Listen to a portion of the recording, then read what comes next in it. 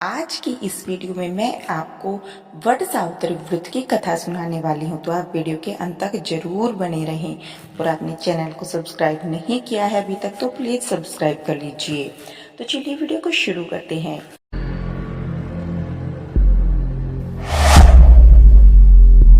Sangeeta Indian culture.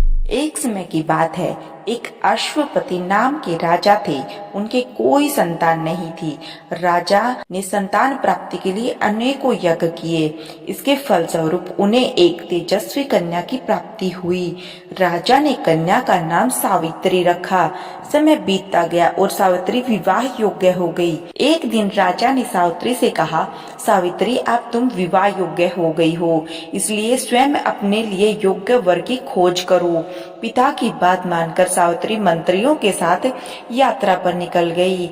अनेक ऋषियों के आश्रमों, तीर्थों और जंगलों में घूमने के बाद वह राजमहल लौट आई। संयोगवश उस समय उसके पिता के साथ देवऋषि नारद भी थे। उन्होंने उनको प्रणाम किया। राजा अश्वपति ने सावित्री से उनकी यात्रा का समाचार पूछा। सावित्री बोली, पिताजी, तपोवन में अपने माता पिता के साथ निवास कर रहे सत्यवान मेरे लिए योग्य हैं। मैंने मन में उन्हें अपना पति चुना है। सावित्री की बात सुनकर देवऋषि नारद चौंक उठे और बोले, राजन, सावित्री ने तो बहुत बड़ी भूल कर दी है। यह सुन अश्वपति चिंतित हो गए और बोले, हे देवऋषि, सत्यवान में ऐसा कौन सा अवगुण है? इस पर नारद जी ने कहा, राजन, सत्यवान के पिता शत्रुओं के द्वारा राज्य से वंचित कर दिए गए हैं। वह वन में तपस्वी जीवन व्यतीत कर रहे हैं और उनकी दृष्टि खो चुकी है। राजन, सबसे बड़ी कमी यह है कि सत्यवान अल्प आयु है। 12 वर्ष की आयु में से अब उसके पास केवल 1 वर्ष की आयु शेष रह गई है। नारद जी की बात सुनकर अश्वपति ने सावित्री को समझाया कि वह किसी दूसरे उत्तम गुणों वाले पुरुष को अपने पति के रूप में चुने। सावित्री बोली, पिताजी, नारी अपने जीवन में केवल एक ही पति का वर्ण करती हैं। अब जो भी हो, मैं किसी से दूसरे पति को स्वीकार नहीं कर सकती। पुत्री की हट के आगे पिता विवश हो गए और सावित्री का सत्यवान के साथ पूरे विधि विधान से विवाह संपन्न करा दिया। सावित्री अपने पति और सास ससुर के साथ वन में रहने लगी। जैसे जैसे समय बीतता जा रहा था, सावित्री के मन का भय बढ़ता जा रहा था। नारद जी के कहे अनुसार जब उसके पति की आयु मात्र 4 दिन बची, तब सावित्री ने 3 दिन पहले से व्रत रखना प्रारंभ कर दिया। अंततः वह दिन भी आ पहुंचा जब सत्यवान की मृत्यु निश्चित थी। चौथे दिन जब सत्यवान लकड़ियां लेने वन को जाने लगा, तब सावित्री बोली, हे नाथ, मैं भी आपके साथ वन को चलूंगी। सत्यवान के मना करने पर भी वह सास ससुर की आज्ञा लेकर अपने पति के साथ वन को चली गई। वन में सत्यवान ने जैसे ही पेड़ से लकड़ी काटना शुरू किया, उसके सर में असहनीय पीड़ा होने लगी और वह पेड़ से उतर गया। सावित्री समझ गई कि उसके पति का अंत समय निकट है। अतः उसने अपने पति का सर अपने गोद में रख लिया। लेटने पर सत्यवान अचेत हो गया। सावित्री चुपचाप आंसू बहाती ईश्वर से प्रार्थना करने लगी। तभी उसे लाल वस्त्र पहने भयंकर आकृति वाला एक पुरुष दिखाई दिया। वह साक्षात यमराज थे। सावित्री बोली, महाराज, आप कौन हैं? यमराज ने उत्तर दिया, सावित्री, मैं यमराज हूँ और तुम्हारे पति के प्राण हरने आया हूँ। सावित्री बोली, प्रभु, सांसारिक प्राणियों को लेने तो आप अपने दूतों को भेजते हैं। क्या कारण है कि आज आपको स्वयं यहाँ आना पड़ा? यमराज ने उत्तर दिया, सावित्री, सत्यवान धर्मात्मा तथा गुणों का सागर है। मेरे दूत इन्हें ले जाने के योग्य नहीं हैं, इसलिए मुझे स्वयं आना पड़ा।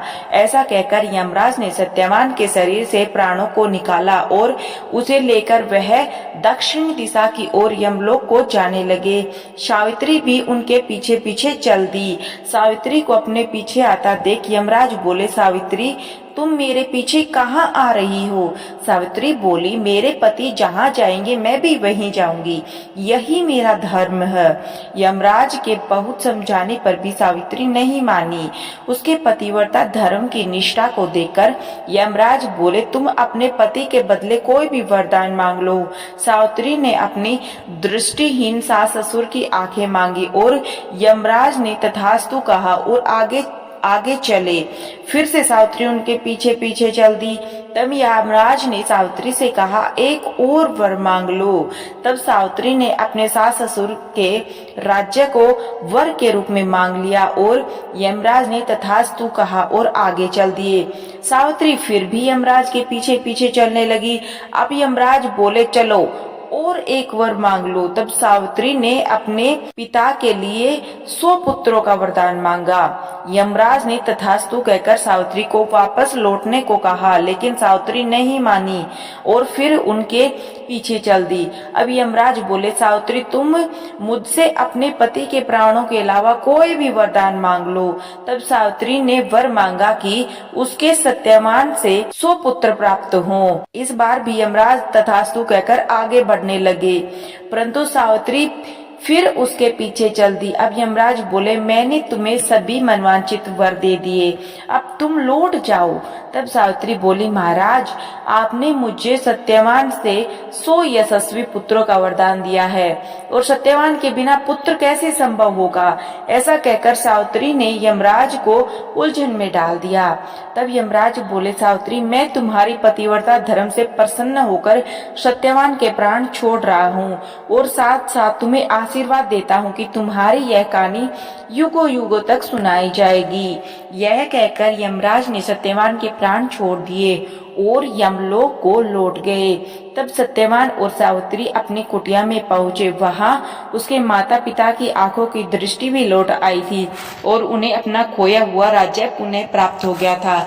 तो जैसे सावित्री ने अपने पति के प्राणों की रक्षा की, वैसे सभी सुहागिन महिलाओं को इस व्रत से काफी लाभ मिले और उनके पति की दीर्घायु हो, ऐसी मेरी कामना है। तो दोस्तों मिलते हैं नई वीडियो के साथ। आपको हमारी वीडियो कैसी लगी कमेंट बॉक्स में जरूर बताएं और कमेंट बॉक्स में जय सावित्री माता जरूर लिखें।